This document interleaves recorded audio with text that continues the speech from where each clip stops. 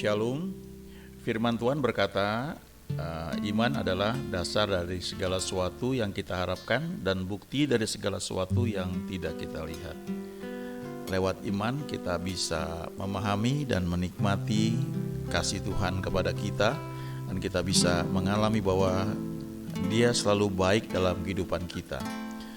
Untuk itu tentunya kita perlu belajar mengenal jalan-jalannya dan hidup di dalamnya senantiasa.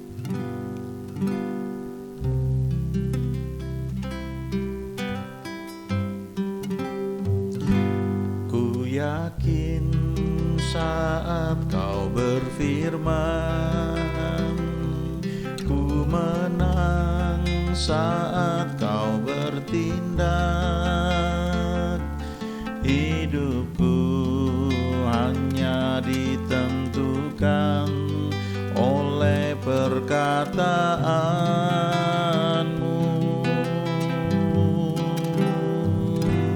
Ku aman karena kau menjaga, ku kuat karena kau menopang. Hidupku hanya ditentukan oleh kuasa-Mu. Bagi Tuhan tak ada yang mustahil, bagi Tuhan tak ada yang tak mungkin. Mujizatnya disediakan bagiku, ku diangkat dan dipulihkannya.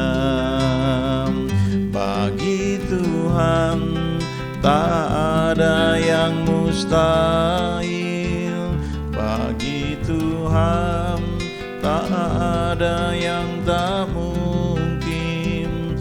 Mujizatnya disediakan bagiku, ku diangkat dan dipulihkannya. Bagi Tuhan tak ada yang mustahil, bagi Tuhan tak ada yang tak mungkin. Mujizatnya disediakan bagiku, ku diangkat dan dipulihkannya. Ku diangkat dan dipulihkannya. Ku diangkat dan dipulihkannya.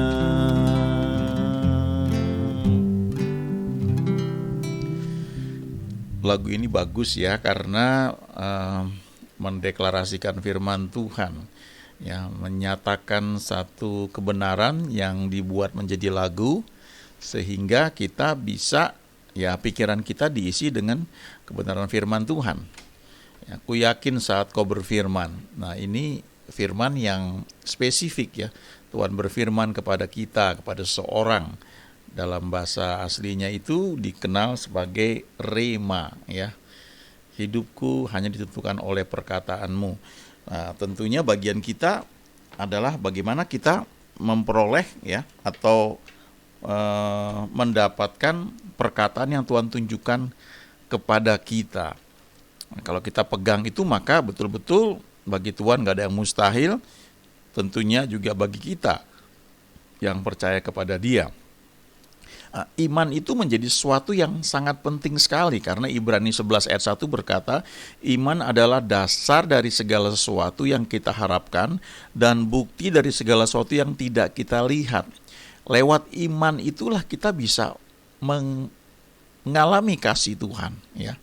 Kalau kita melihat situasi misalnya ya, yang kita hadapi mungkin tidak seperti yang kita harapkan, tidak seideal yang kita inginkan. Kalau kita nggak kenal Tuhan, kita bisa bersungut-sungut mempertanyakan, kok Tuhan itu, mana Tuhan itu kasih, buktinya seperti ini ya. Tapi ketika kita belajar mengenal Dia, kita mengenal suaranya, lalu respon kita positif, timbul iman. Lewat iman itu kita bisa percaya bahwa memang betul God is love, ya. Allah adalah kasih, dan Dia mewujudkan kasihnya itu kepada kita. Ya, pertama lewat Yesus, anaknya yang tunggal yang dikaruniakan kepada kita semua, supaya setiap kita yang percaya tidak binasa, melainkan beroleh hidup yang kekal. Tapi kemudian juga bersama dengan itu, karena waktu kita menerima Yesus sebagai Tuhan dan Juru Selamat kita, roh kita menjadi ciptaan baru, dan di dalamnya itu deposit janji Allah, benih ilahi ada di situ semua. Nah, selanjutnya kita perlu belajar kebenaran-kebenarannya dan hidup di dalamnya, sehingga kita punya, istilahnya, iman itu kan seperti tangan kita, ya, yang terjulur, ya, untuk menggapai, untuk menyambut tangan Tuhan yang sudah terulur kepada kita. Jadi iman itu mengambil apa yang disediakan oleh Tuhan bagi kita. Ada satu stiker, bukan stiker ya, saya lihat ada quote yang bagus, ya, ditulis di internet. Faith is like wifi, ya, it's invisible. Iman itu seperti wifi, tidak terlihat, tapi punya power, punya kemampuan untuk menghubungkan kita dengan apa yang kita butuhkan. Nah, kalau kita hubungkan dengan Efesus 2 ayat 8 dan 9, sebab karena kasih karunia kamu diselamatkan oleh iman. Nah, itu artinya ada dua hal di situ, ada kasih karunia atau anugerah dan ada iman. Kasih karunia atau anugerah adalah tangan Tuhan yang terulur kepada kita. Ya, firman Tuhan berkata di Yohanes 1, dari kepenuhan Yesus itu kita menerima anugerah demi anugerah. Tapi anugerah itu bisa kita nikmati kalau ada iman yang menyambut anugerah itu. Jadi iman itu seperti tangan, ya, yang mengambil apa yang Tuhan sediakan kepada kita. Ya, iman sendiri itu muncul karena firman Tuhan. Nanti kita akan lihat ayatnya, ya. Jadi sebenarnya dari Tuhan semua, dari kita itu adalah keputusan mau percaya. Ketika kita mau percaya, maka iman muncul di situ, dan iman itu yang menarik apa yang Tuhan sediakan buat kita. Di Roma 10 ayat 17 nanti kita lihat, ya, ayatnya, faith comes by hearing the word of Christ, ya. Iman itu muncul atau datang ketika kita sedang mendengar firman Kristus. Ya, iman itu, faith takes what belongs to us in Christ, ya. Iman mengambil apa yang menjadi milik kita di dalam Kristus. Kita lihat sekarang beberapa ayat, ya, the word of God, ya. Ini ayat-ayat yang penting yang perlu kita renungkan, ya, kita camkan. Tentu semua bagian firman Tuhan juga penting, ya, tapi ini hal-hal yang perlu banyak kita renungkan. Yang pertama adalah Matius 4 ayat 4. Tetapi Yesus menjawab, ada tertulis manusia hidup bukan dari roti saja, tetapi dari setiap firman, ya, yang keluar dari mulut Allah. Kata firman itu rema. Rema itu adalah firman yang spesifik yang berbicara kepada seseorang pada waktu tertentu. Ya, mungkin sifatnya bisa umum, ya, misalnya ketika kita sedang kebaktian, ya, kita sedang memuji Tuhan, menyembah Tuhan, lalu tiba-tiba bagian dari lagu itu tiba-tiba seperti berbicara kepada kita, ya. Misalnya firman Tuhan, aku tidak akan meninggalkan engkau, atau lagu tadi, ya, bagi Tuhan tak ada yang mustahil. Tiba-tiba lagu itu, kata-kata itu seperti ditujukan kepada kita. Ya, itu firman yang berbicara, ya, kepada kita. Nah, di kesempatan lain itu bisa begitu spesifik sehingga itu jawaban doa untuk sesuatu yang kita terima atau kita ambil, ya.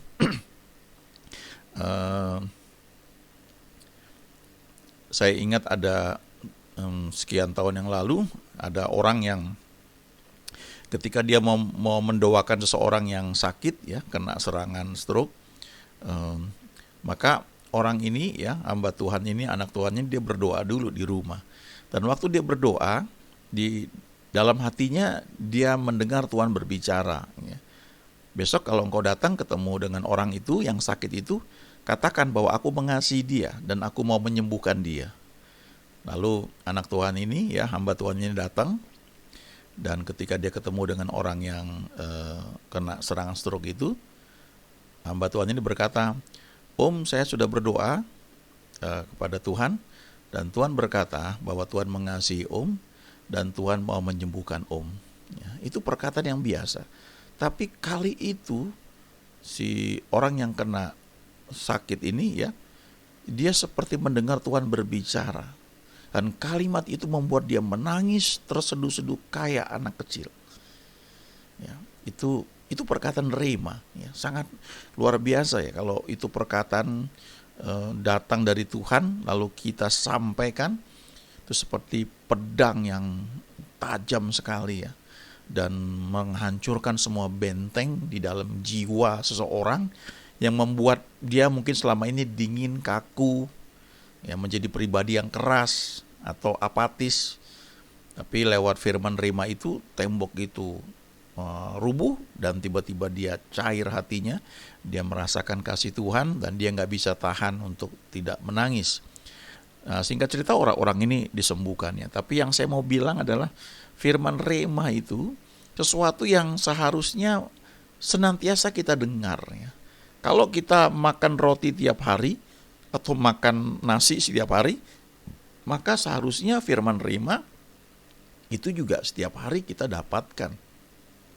Walaupun bukan untuk sesuatu yang spektakuler ya, yang biasa saja. Artinya kesadaran kita bahwa Tuhan itu hidup dan berjalan bersama kita itu setiap hari kita rasakan. Ya, kita sadar, kita tahu. Mungkin fisik kita nggak merasakannya, mata kita nggak melihat, telinga kita nggak mendengar ya, tapi di kedalaman hati kita ada keyakinan yang kuat. Ada pagar anugerah seliling kita bahwa Tuhan itu bersama kita. Nah, itu salah satu bentuk ya dari hubungan dengan Tuhan, relationship ya, yang memang itu juga terjadi karena ada firman Tuhan yang berbicara kepada kita, yang rema ya. Lalu Yohanes 6 ayat 60. Ini cerita ketika Yesus mengajar beberapa hal dan terjadi diskusi dengan orang-orang yang mendengar perkataan dia. Lalu mereka menganggap ini apa yang Yesus katakan mereka nggak bisa terima dengan pikiran mereka. Nah, di sini dikatakan sesudah mendengar semuanya itu banyak dari murid-murid Yesus yang berkata, perkataan ini keras, siapakah yang sanggup mendengarkannya? Nah, perkataan itu dalam bahasa aslinya itu logos ya. Nah, sejujurnya sebenarnya kalau kita baca Alkitab ya, yang tertulis ini dari Kejadian sampai Wahyu, ada banyak hal yang kita nggak mengerti dan kita bisa meragukan. Kalau kita pakai otak kita akan melihat ini Alkitab ini cuma karangan manusia aja. Ada banyak yang udah nggak relevan dengan zaman sekarang. Ini sudah nggak cocok gitu. Bagaimana mungkin ya ada hal-hal yang nggak masuk akal. Masa misal laut Teberau bisa terbelah? Bagaimana mungkin? Ya. Kalau kita cerna dengan otak kita hanya melihat firman ini sebagai firman logos yang tertulis ya, tidak hidup, maka di situ nggak ada iman, nggak ada kehidupan, nggak ada sesuatu yang kita dapatkan dari Tuhan. Tapi kalau kita sudah terima Tuhan Yesus, ada Roh Kudus, maka firman logos ini bisa dipakai oleh Roh Kudus membentuk frame, cara berpikir kita, membentuk belief system yang beda dengan pola pikir orang dunia. Itu sebabnya surat Paulus juga berkata, pikirkanlah perkara yang di atas ya. Bagaimana itu bisa? Ya, lewat firman Tuhan yang kita baca, tapi ada Roh Kudus yang menolong kita membentuk cara berpikir kita. Lalu Yohanes 6 ayat 63, Yesus berkata begini, rohlah yang memberi hidup, daging sama sekali tidak berguna. Perkataan-perkataan yang kukatakan kepadamu adalah roh dan hidup. Nah, kata perkataan di sini adalah rema, ya. Jadi rema itu sesuatu yang hidup, ya, dan dikatakan itu roh dan hidup. Tapi itu perkataan yang spesifik, yang sampai kepada kita. Jadi sebenarnya kalau kita datang ke gereja, ya, kita mendengar firman Tuhan, itu kan hamba Tuhan khotbah secara umum. Nah, kita mendapatkan knowledge, pengetahuan. Lewat pujian penyembahan kita diajar hati kita ini terbuka, menjadi seperti tanah yang gembur ya, yang diairi, sehingga mudah untuk ketika diberikan benih yang ditaburkan, maka tanah ini menjadi tanah yang baik ya, tanah yang subur, sehingga benih tersebut yang jatuh ke tanah tersebut bisa tumbuh. Nah, kalau kita datang hanya dengan pemikiran kita ya, otak kita, kita mungkin hanya mendapatkan knowledge, pengetahuan. Dan kita bisa saja ke gereja sebagai suatu kewajiban. Ya. Apalagi maksudnya kalau hari Minggu nggak kebaktian itu, aduh nggak enak, ada sesuatu yang nggak enak lah ya. Kita kayak absen saja. Ya itu sebenarnya lumayan bagus ya, karena kita punya satu kebiasaan untuk datang berbakti pada hari Minggu. Entah sekarang ini lewat online atau kita datang ke tempat kebaktian ya secara onsite. Tapi yang lebih penting lagi adalah ketika kita hadir di kebaktian itu, kita mendengar hamba Tuhan khotbah atau kita ikut menyanyikan pujian, kita ikut menyembah Tuhan, ada bagian dari firman Tuhan, ada bagian dari lagu yang dinyanyikan, ya tidak saja itu membentuk cara berpikir kita, tapi ada 1-2 kalimat yang mungkin tiba-tiba itu berbicara kuat untuk kita. Nah itu yang dikatakan rema, perkataan-perkataan yang dikatakan Tuhan kepada kita secara spesifik ya, masing-masing. Sekian tahun yang lalu saya pernah menggantikan seorang hamba Tuhan yang mestinya dia khotbah di satu acara kebaktian youth, kalau nggak salah hari Sabtu sore ya, saya lupa itu. Youth atau dewasa muda ya, seperti itulah ya. Dan waktu saya datang ya, saya ada satu bagian firman Tuhan yang saya sampaikan. Saya cerita mengenai mengikuti tuntunan Tuhan. Lalu belakangan ini saya baru tahu, karena ada yang menceritakannya kepada saya, ada satu orang yang dia itu baru lulus dari SMA, dia bingung, dia mau sekolah di mana. Ada tawaran untuk sekolah di luar negeri, tapi dia rasanya lebih nyaman untuk di tempat yang sekarang dia ada, karena kalau dia keluar negeri dia akan kehilangan teman-teman yang sudah ada bersama dia selama ini. Nah, waktu pas mau firman Tuhan, dia duduk di belakang, tiba-tiba dia jalan ke depan, di bangku paling depan. Jadi pada saat itu saya mengatakan tentang pentingnya mendengar dari Tuhan. Lalu saya ambil beberapa contoh, lalu saya tunjuk beberapa orang di depan. Ternyata salah satu yang saya tunjuk dia tanpa saya tahu. Dan waktu saya tunjuk dia, saya berkata, kalau Tuhan suruh kamu sekolah ke luar negeri, ya kamu harus berangkat. Padahal itu cuma contoh yang saya ceritakan untuk menjelaskan firman Tuhan, bagaimana kita mengikuti Tuhan, bagaimana kalau kita mendengar tuntunan Tuhan kita perlu melakukannya. Habis itu sudah selesai, saya khotbah, saya pulang, dan beberapa hari kemudian seorang temannya cerita kepada saya bahwa ketika saya tunjuk dia di depan, saya pun nggak kenal dia, nggak tahu orangnya sampai sekarang, nggak pernah ingat, nggak pernah tahu, dan saya sampaikan perkataan itu. Nah itu rupanya menjadi firman yang rema buat dia, bahwa kehendak Tuhan buat dia saat itu adalah memang berangkat sekolah ke luar negeri ya. Nah itu contoh-contoh kalau kita kebaktian, kita mendapatkan rema, itu sangat menguatkan, karena itu memberi kehidupan. Itu bukan perkataan yang mati. Itu sebabnya juga ya, saya suka diingatkan ada perkataan Paulus kepada muridnya Timotius. Paulus berkata, beritakanlah firman, baik atau tidak baik waktunya. Jadi ditekankan di situ firman yang diberitakan. Kita mungkin boleh cerita pengalaman sebagai satu ilustrasi, tapi harus kembali fokusnya ke firman. Kita tahu situasi dunia tidak selalu baik ya, apalagi situasi pandemi sama sekarang. Mungkin 1-2 kali kita sampaikan beberapa hal yang terjadi mungkin, tapi selebihnya kita mesti menyampaikan firman.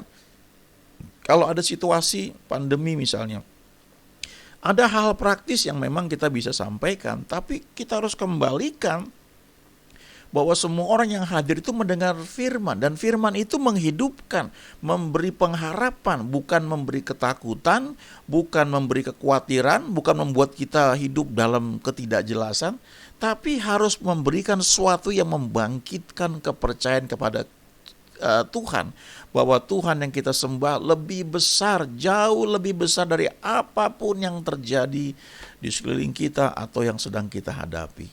Itu sebabnya beritakan firman, preach the word, firman itu yang harus diberitakan. Roma 10 ayat 17 ini yang menarik ya. Dikatakan jadi iman timbul dari pendengaran dan pendengaran oleh firman Kristus. Nah, ini ketika kita mendengar firman rema ya, maka itu selanjutnya menimbulkan iman ketika kita memutuskan untuk percaya. Nah, mau percaya apa enggak itu kendalinya ada pada kita, bukan pada Tuhan. Karena itu free will, kehendak bebas. Itu sebabnya ketika firman diberitakan, sebagian orang memutuskan untuk percaya, sebagian tidak atau belum. KKR misalnya, kebaktian kebangunan rohani, diberitakan Yesus adalah Tuhan, juru selamat. Setelah selesai itu ditantang, siapa yang menerima Tuhan Yesus? Sebagian orang mungkin berdiri. Waktu saya SMA kelas 1 itu yang terjadi. Ya, kebaktian SMA, lalu pendetanya khotbah, dia tantang siapa yang menerima Tuhan Yesus. Saya satu di antara sekian banyak teman-teman yang berdiri. Tapi ada yang gak berdiri juga. Ya. Ada yang ikut-ikutan berdiri, ya itu gak jelas lah. Ya, satu hal yang saya ingat perubahan nyata ketika saya berdiri itu adalah saya mulai suka baca Alkitab. Ya, jangan bicara kayak sekarang Alkitab di gadget ya. Zaman dulu Alkitab masih dicetak dan itu pun nggak banyak ya, dibawa ke gereja. Di gereja memang ada Alkitab tapi orang juga mungkin nggak baca. Di rumah saya ada Alkitab tapi kami nggak pernah baca. Tapi waktu saya sudah terima Tuhan Yesus, saya bisa beli Alkitab dengan uang jajan sendiri. Dan saya baca urut. Nah itu karena terima Yesus, ya, ada kelahiran baru. Nah saya teruskan kembali. Roma ayat 10 ayat 17 berkata, iman timbul dari pendengaran dan pendengaran oleh firman Kristus. Firman itu bahasa aslinya rema, sementara Kristus itu artinya anointed, diurapi. Yesus Kristus itu artinya juru selamat yang diurapi. Jadi ini ada satu prinsip ya, iman itu muncul karena pendengaran oleh anointed rema, rema yang diurapi. Jadi artinya begini, ketika kita baca firman Tuhan atau kita dengar firman Tuhan, atau kita baca ya, terus kita bersuara seperti ini, kita mendengar itu firman yang kita baca itu bisa menimbulkan iman, tapi akan kuat sekali ketika kita hadir dan firman tersebut diberitakan oleh seorang hamba Tuhan yang memang karena dia sedang dalam pelayanan, pengurapan Tuhan itu ada, sehingga waktu dia menyampaikan firman Tuhan, perkataan yang dia sampaikan itu menjadi perkataan yang diurapi. Ya, itu menjadi perkataan yang spesifik buat kita, menjadi rema buat kita yang diurapi. Dan itu menimbulkan iman. Itu sebabnya gak aneh kalau kita hadir di satu kebaktian di mana pujian penyembahan dinaikkan dan suasananya menjadi sangat membangkitkan iman kita ya. Atmosfernya itu bagus sekali. Lalu ketika firman diberitakan, mungkin firman yang sudah pernah kita dengar, kita pernah baca di rumah. Tapi waktu di tempat kebaktian, dikhotbahkan, tiba-tiba kita kayak diangkat ke atas. Kita diberi pengharapan yang sangat kuat. Dan kita punya iman yang tiba-tiba muncul. Ya, saya mau, saya percaya. Itu pentingnya kita mendengar firman rema yang diurapi. Secara sengaja kita bisa style di YouTube khotbah hamba Tuhan. Tentu pada akhirnya Roh Kudus yang membangkitkan itu. Tapi karena momen-momen ketika firman diberitakan, direkam itu dalam satu suasana yang tertentu, itu memang membangkitkan iman. Ya.